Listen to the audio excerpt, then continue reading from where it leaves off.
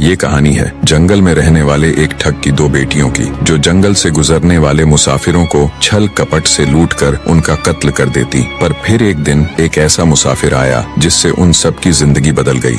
एक गुस्सैल राजा ने अपने पुत्र के किसी दोष के कारण उसे देश निकाला दे दिया। राजकुमार ने दुखी मन से अपने गुजारे के लिए 4 लाल और कुछ स्वर्ण भी अपने साथ ले लिए और भरे हृदय से अपने पिता का महल छोड़ दिया। चलते चलते वो जब शहर से कुछ दूर पहुंचा तो उसे एक साधु का आश्रम दिखाई दिया। राजकुमार उस साधु को दंडवत प्रणाम करके एक तरफ बैठ गया। जब साधु ने उसकी मायूस शक्ल और देह पर कीमती वस्त्र देखे तो साधु ने उससे पूछा, बच्चा तुम कौन हो और यहाँ कैसे आए? राजकुमार बोला, महाराज मैं राजा चंद्रगुप्त का पुत्र महेंद्रगुप्त हूँ। मुझे मेरे पिता ने देश निकाला दे दिया है, इसीलिए मैं परदेश जा रहा हूँ। रास्ते में आपका आश्रम दिखाई दिया तो मेरे मन में आया कि आपके भी दर्शन करता चलूं। साधु ने महेंद्रगुप्त की बात सुनकर कहा, वत्स तुम नेक इंसान हो और परदेश जा रहे हो, इसलिए मैं तुम्हें 4 बातें बताता हूँ। तुम उन बातों पर अमल करना। परदेश में ये बातें तुम्हारे अवश्य ही काम आएंगी। पहली यह कि परदेश में एक से भले 2 होते हैं। दूसरी यह कि परदेश में दूसरे के हाथ का बना खाना मत खाना। अगर खाना भी पड़े तो पहले किसी जानवर को खिला देना।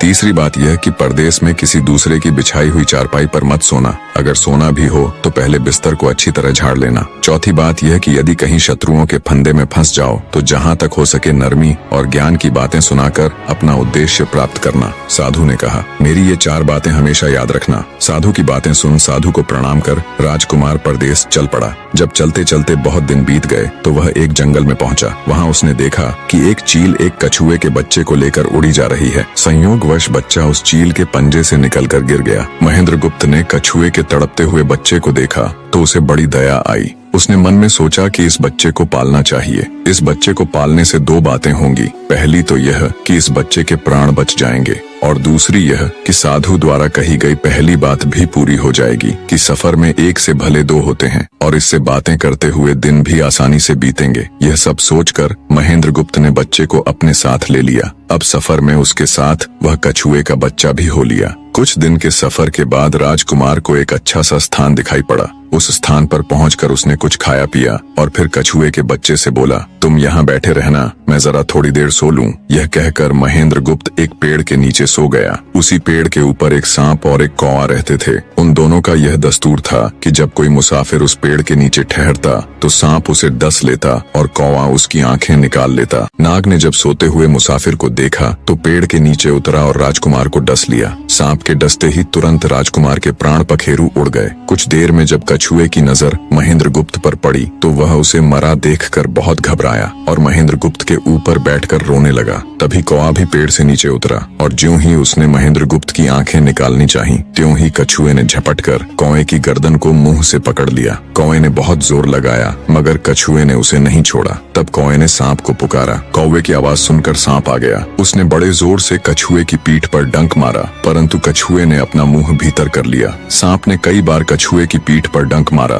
किंतु हर बार कछुआ अपना मुंह अंदर कर लेता। जब सांप का कछुए पर बस नहीं चला तो उसने कछुए से प्रार्थना की कि तुम मेरे मित्र को छोड़ दो। यह सुनकर कछुआ बोला, नहीं, तूने मेरे मित्र को डसा है, अब मैं भी तेरे मित्र की जान लूंगा। तू मेरे मित्र को छोड़ दे तो मैं तेरे मित्र को जीवित कर दूंगा। यह कहकर सांप ने काटी हुई जगह पर मुंह रखकर महेंद्रगुप्त के शरीर से विष खींच लिया और बोला, अब तो मेरे मित्र को छोड़ दे। कछुए ने जब राजकुमार को देखा कि उसे थोड़ा होश आ रहा है और उसका जहर उतर रहा है तो उसने कौवे को छोड़ दिया। जब महेंद्रगुप्त को होश आया तब कछुए ने उसे सांप के डसने का सारा हाल सुनाया। कछुए की बात सुनकर तुरंत महेंद्रगुप्त के मन में साधु की बताई पहली बात खटकी। सोचा, साधु की एक बात तो काम आई कि एक से भले 2 होते हैं। मन ही मन उसने साधु को धन्यवाद दिया और आगे बढ़ चला। चलते चलते कुछ दिनों के बाद जब वे समुद्र के किनारे जा पहुंचे तब कछुए के बच्चे ने कहा, मित्र, मेरा देश आ गया है। यदि तुम कहो तो मैं अपने माता पिता से मिलाऊं। उनसे बिछड़े बहुत दिन हो गए हैं, वे बहुत दुखी होंगे। महेंद्रगुप्त ने उसे जाने की आज्ञा दे दी और स्वयं रात को वहीं समुद्र के किनारे उस जंगल में ठहर गया। जिस जंगल में राजकुमार ठहरा हुआ था उसी जंगल में वहां से कुछ दूर ही एक ठग का परिवार रहता था। ठग के 2 लड़कियां और 4 बेटे थे। उसकी बड़ी बेटी ज्योतिष विद्या जानती थी। जब भी कोई राहगीर, कोई यात्री उस जंगल से गुजरता और उसके पास कुछ कीमती होता तो ठग की बड़ी बेटी अपनी विद्या से जान लेती थी आज फिर से उसे बहुत दिनों बाद बहुत से खजाने की महक आई। उसने अपने पिता से कहा, ऐसा प्रतीत होता है कि इस जंगल में एक पथिक आया हुआ है। उस पथिक के पास 4 लाल हैं। यदि तुम लोग उस पथिक को यहाँ ले आओ तो उससे लाल लेना मेरा काम है। यदि वे लाल हमको मिल जाएं तो हम जन्म भर के लिए निहाल हो जाएंगे, परंतु उस पथिक को मारना मत, उसे जीवित ही पकड़ लाओ। ठग अपने बेटों के साथ तुरंत उसकी तलाश में निकल पड़ा। वे थोड़ी ही दूर चले होंगे कि उन्होंने देखा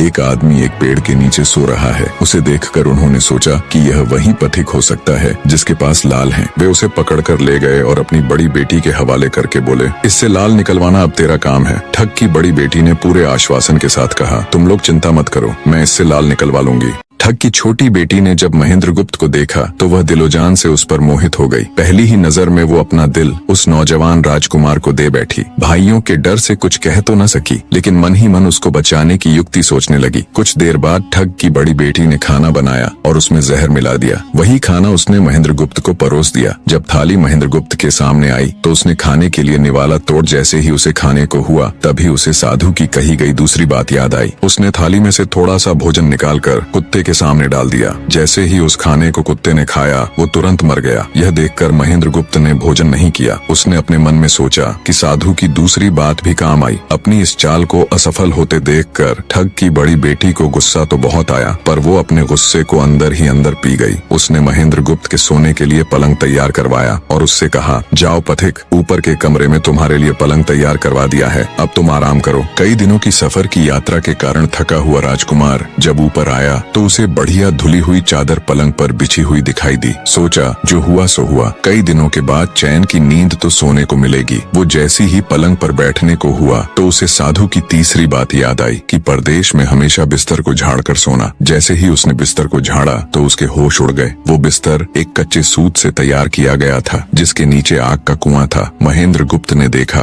कुएं के अंदर बड़े बड़े आग के अंगार धधक रहे हैं। सोचा साधु की तीसरी बात भी काम आई। उसने एक बार फिर मन ही मन साधु का धन्यवाद किया और पास पड़ी एक टूटी हुई चारपाई पर लेट गया। थोड़ी देर पहले जो राजकुमार चैन की नींद लेने की सोच रहा था, अब नींद उसकी आंखों से कोसों दूर थी। अब तो उसे अपनी जान के लाले पड़े थे। सोचने लगा, आज की रात बचना बहुत कठिन है। तभी ठग की छोटी बेटी मौका पाकर आई और कहने लगी, हे प्रिय, मैं तुम पर दिलोजान से न्यौछावर हूँ, परंतु आज की रात मेरे वश में कुछ नहीं है। आज की रात मेरी बड़ी बहन की बारी है। जिस तरह भी हो सके बस आज की रात मेरी बहन से अपने प्राण बचा लो, कल मेरी बारी है। हे स्वामी, मैं तुम्हारी दासी हूँ, मैं तुम्हें साफ बचा लूंगी। इतना कहकर ठग की छोटी बेटी चली गई। जब सब लोग खाना खा चुके तो ठग की बड़ी बेटी ऊपर बने कमरे में चली। सोचा अब तक तो पथिक जलकर राख बन चुका होगा, पर जैसे ही वो कमरे के अंदर आई और देखा कि पथिक तो बिल्कुल सही सलामत टूटी हुई चारपाई पर लेटा हुआ है तो उसके क्रोध की कोई सीमा न रही। तुरंत उसने कटार निकाली और क्रोध से बोली, हे पथिक, या तो अपने 4 लाल मुझे अभी के अभी दे दे, वरना मैं तुझको मार डालूंगी। उसी समय महेंद्रगुप्त को साधु की चौथी बात याद आई कि कहीं शत्रुओं के फंदे में फंस जाओ तो जहाँ तक हो सके नरमी और ज्ञान की बातें सुनाकर अपना उद्देश्य प्राप्त करना। उसने सोचा कि आज रात बचना मुश्किल है, पर साधु की चौथी बात भी आजमानी चाहिए। महेंद्रगुप्त ने यह सब सोचकर लड़की से कहा, मेरे पास लाल नहीं है। यदि तू मुझको मारेगी तो वैसे ही पछताएगी जैसे बंजारा अपने कुत्ते को मारकर पछताया था। लड़की गुस्से में बोली, कौन बंजारा और कौन सा कुत्ता, क्या बक रहे हो तुम? तब राजकुमार बोला, तुम नहीं जानती तो सुनो लड़की, एक बंजारा था जिसने एक कुत्ता पाल रखा था। वो कुत्ता बहुत समझदार था जिसे बंजारा अपनी औलाद से भी ज्यादा प्यार करता था। एक समय ऐसा आया कि एक कातक नाम की भयंकर बीमारी के चलते बंजारे का सारा परिवार उस बीमारी की भेंट चढ़ गया और बंजारे की करोड़ों की संपत्ति भी बिक गई। दुखी बंजारा अपने कुत्ते को लेकर आगरा में एक साहूकार के पास जाता है और साहूकार को 10,000 के बदले अपना कुत्ता गिरवी रखने को बोलता है। उस समय 10,000 एक बहुत बड़ी रकम होती थी। पहले तो बनिए ने बंजारे को मना कर दिया, पर फिर कुछ सोचकर उसने बंजारे को 10,000 रुपए दे दिए। कुछ ही समय बीता था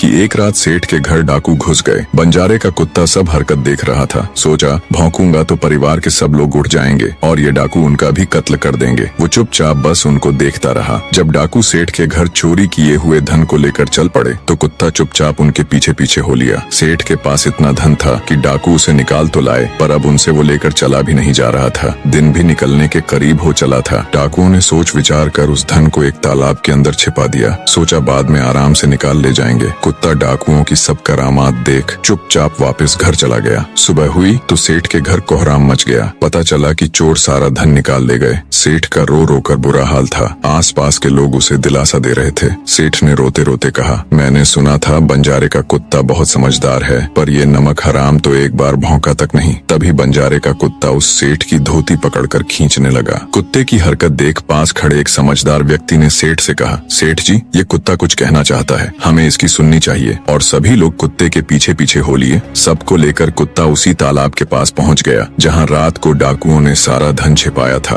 और तालाब में घुसकर अशर्फियों से भरी थैली अपने मुंह में दबाकर बाहर आया। तुरंत सेठ के नौकर उस तालाब में कूद गए और चोरी किया हुआ सारा धन बरामद कर लिया। सब देख सेठ आंखों में अश्रु लिए कुत्ते से कहता है, मुझे माफ कर देना, मैंने तुम्हें बहुत बुरा भला कहा। सेठ ने वही कागज मंगवाया और बंजारे के नाम चिट्ठी लिखी, भाई बंजारे, तेरे कुत्ते ने मेरे 10,000 पूरे कर दिए। मैं तेरे कुत्ते को तेरे पास भेज रहा हूँ। अगर तुझे और भी 10, 20, 50 हजार की जरूरत हो तो मेरे पास आकर ले जाना। इतने समझदार कुत्ते को मेरे पास छोड़ने के लिए तहे दिल से तुम्हारा धन्यवाद। बनिया चिट्ठी कुत्ते के गले में टांग उसे नम आंखों से विदाई देता है। कुत्ता घूमता घूमता जब 4-5 दिन बाद बंजारे के पास पहुंचता है तो कुत्ते को आता देख बंजारे के तन बदन में आग लग जाती है। कहता है, मैं तुझे बनिए के पास गिरवी रख कर आया था और तू वहाँ से भाग आया। तूने मेरी बेइज्जती करवा दी। गुस्से में अंधा हुआ बंजारा तुरंत पिस्तौल निकाल कुत्ते को गोली मार देता है और सिर पकड़कर वहीं बैठ जाता है। कुछ देर बाद जब उसकी नजर कुत्ते के गले में टंगी हुई पर्ची पर पड़ी तब बंजारा वो पर्ची निकाल उसे पढ़ता है। पर्ची पढ़ते ही बंजारा फट पड़ता है। वो दहाड़े मार मार खून के आंसू रोता है। पर अब भला क्या हो सकता था। बंजारे की कहानी सुना महेंद्र गुप्त ठग की बेटी से कहता है, एक और कहानी सुनो लड़की।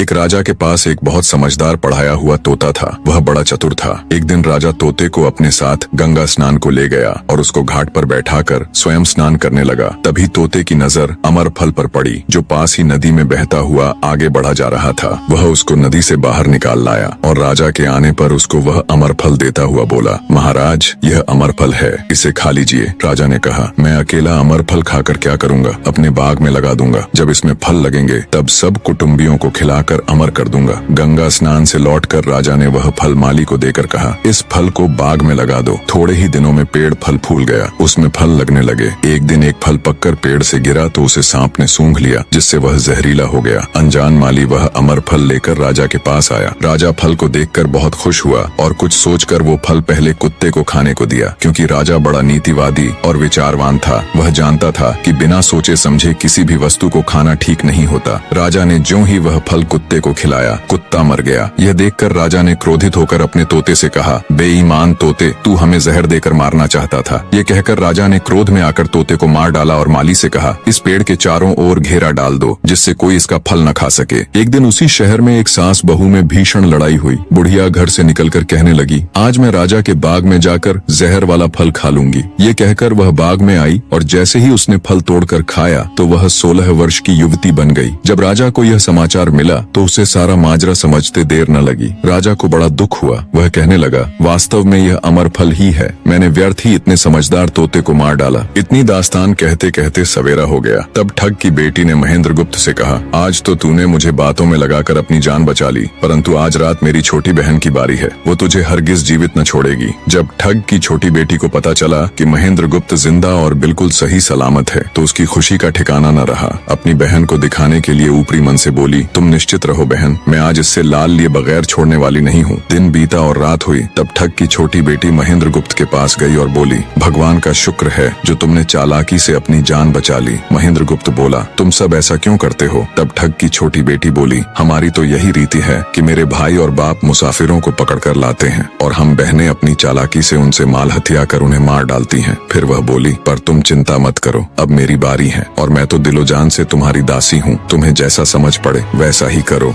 यह सुनकर महेंद्र गुप्त बोला, प्रिय, तुम भी मुझे देखते ही पसंद आ गई थी। दिल करता है कि हर पल तुम्हारे पास ही रहूं। तुम अपनी बड़ी बहन की तरह नहीं हो, तुम एक नेक दिल औरत हो, तुमसे मेरा कुछ भी छिपा हुआ नहीं है। उसकी बात सुनकर ठग की बेटी ने कहा, तुम कहते हो कि मुझसे कुछ भी छिपा नहीं है, तो फिर वे लाल कहाँ हैं? महेंद्र गुप्त ने कहा, वो चारों लाल मेरी जांघ में हैं, अगर तुम निकालना चाहो तो निकाल लो। राजकुमार की बात सुन ठग की छोटी बेटी बोली, प्यारे वो लाल तुम्हें ही मुबारक हो। मैं तो तुम्हारी दासी हूँ, तुम्हारे दर्शनों की प्यासी हूँ, मुझे तुम्हारे सिवाय और कुछ नहीं चाहिए। ये सुन महेंद्र गुप्त बोला, जो कुछ तुमने कहा है वह तो सब ठीक है, लेकिन ये प्यार और प्रेम की बातें सब धरी रह जाएंगी जब हमारे शरीर में प्राण ही नहीं रहेंगे, क्योंकि जब तुम्हारे बाप और भाइयों को इसका पता लगेगा तो हम दोनों की खैर नहीं। तब ठग की बेटी बोली, तुम चिंता मत करो, मेरे पास इसका भी उपाय है। आज रात को सबके सोने के बाद हम यहाँ से भाग चलेंगे और कहीं बहुत दूर रहेंगे जहाँ कभी मेरे भाई और बाप पहुँच न सके। महेंद्र गुप्त बोला, पर ये सब होगा कैसे? बोली, यहाँ से निकलने का एक ही उपाय है। मेरे पिता के पास 2 ऊँटनियाँ हैं, उनमें से एक तो दिन भर में 60 कोस चलती है और दूसरी दिन भर में 100 कोस चलती है। तुम उनमें से बड़ी वाली को खोल लाना, तब तक मैं हम दोनों के लिए कुछ धन बांध कर रख लूंगी। जब आधी रात हुई तब महेंद्र गुप्त ऊँटनी को खोलने चला गया। महेंद्र गुप्त ऊँटनी ले तो आया, मगर जल्दबाजी के कारण वह बड़ी के स्थान पर छोटी को ले आया। ठग की बेटी बहुत सा माल लेकर ऊँटनी पर बैठ गई और दोनों चल दिए। ऊँटनी जब चलते चलते 60 कोस पहुंची तो जंगल में रुककर खड़ी हो गई। बीच जंगल में ऊँटनी को खड़ी देखकर महेंद्र गुप्त और ठग की बेटी के होश उड़ गए। ठग की बेटी बोली, अनर्थ हो गया, तुम रात के अंधेरे में बड़ी ऊँटनी की जगह छोटी को ले आए। मेरे पिता और भाई आते ही होंगे, वो हमें नहीं छोड़ेंगे। इधर जब सवेरा हुआ तो ठग ने देखा कि उसकी बेटी और मुसाफिर दोनों गायब हैं। उसने सोचा कि निसंदेह वह बदमाश मेरी बेटी को भगा ले गया है। तबेले में जाकर देखा तो पाया कि छोटी ऊँटनी गायब है और बड़ी वहीं है। सोचा ज्यादा दूर नहीं गए होंगे और ऊँटनी पर सवार होकर उसने उसे तेजी से दौड़ा दिया। थोड़ी ही देर में जंगल में उस स्थान पर जा पहुंचा जहां महेंद्र गुप्त और उसकी बेटी ठहरे थे। महेंद्र गुप्त ने जब उसको आते देखा तो बहुत घबराया और कहने लगा, देखो तुम्हारा पिता आ रहा है, अब उससे प्राण कैसे बचेंगे? लड़की ने कहा, घबराओ मत और जो मैं कहती हूँ उसे ध्यान से सुनो। जाओ, जाकर उस पेड़ पर चढ़ जाओ। जब मेरा बाप तुम्हें पकड़ने के लिए आएगा और पेड़ पर चढ़ेगा तो मैं चुपके से बड़े वाली ऊँटनी पर चढ़कर उसको तुम्हारी डाल के नीचे खड़ा कर दूंगी। तुम कूद कर उस पर बैठ जाना, इस प्रकार हम दोनों बचकर साफ निकल जाएंगे। यह सुनकर महेंद्र गुप्त तुरंत पेड़ पर चढ़ गया। तब तक ठग भी वहां आ पहुंचा। पिता को देख उसकी बेटी ने फंड करते हुए कहा, पिताजी ये दुष्ट मुझे धोखे से यहाँ भगा लाया, आप इसे छोड़ना नहीं। ये सुन गुस्से से तिल मिलाया ठग महेंद्र गुप्त को पेड़ पर चढ़ा देखकर ऊँटनी से उतरा और उसे पकड़ने के लिए पेड़ पर चढ़ने लगा। बाप के ऊँटनी से उतरते ही मौका देख ठग की बेटी ऊँटनी पर चढ़कर उसे महेंद्र गुप्त की डाल के नीचे पेड़ के पास ले आई। महेंद्र गुप्त तुरंत कूदकर उस पर बैठ गया। महेंद्र गुप्त के बैठते ही ठग की बेटी ने ऊँटनी को दौड़ा दिया। ठग हाथ देखता रह गया। ठग की बेटी और महेंद्र गुप्त कई दिनों का रास्ता तय कर एक शहर में पहुंचे और दोनों वहीं बस गए। वहां महेंद्र गुप्त ठग की बेटी के साथ आराम से दिन गुजारता रहा और जब उसके देश निकाले की अवधि पूरी हो गई तब वह उसको लेकर अपने राज्य चला गया और उसके साथ शादी कर हंसता खेलता जीवन व्यतीत किया।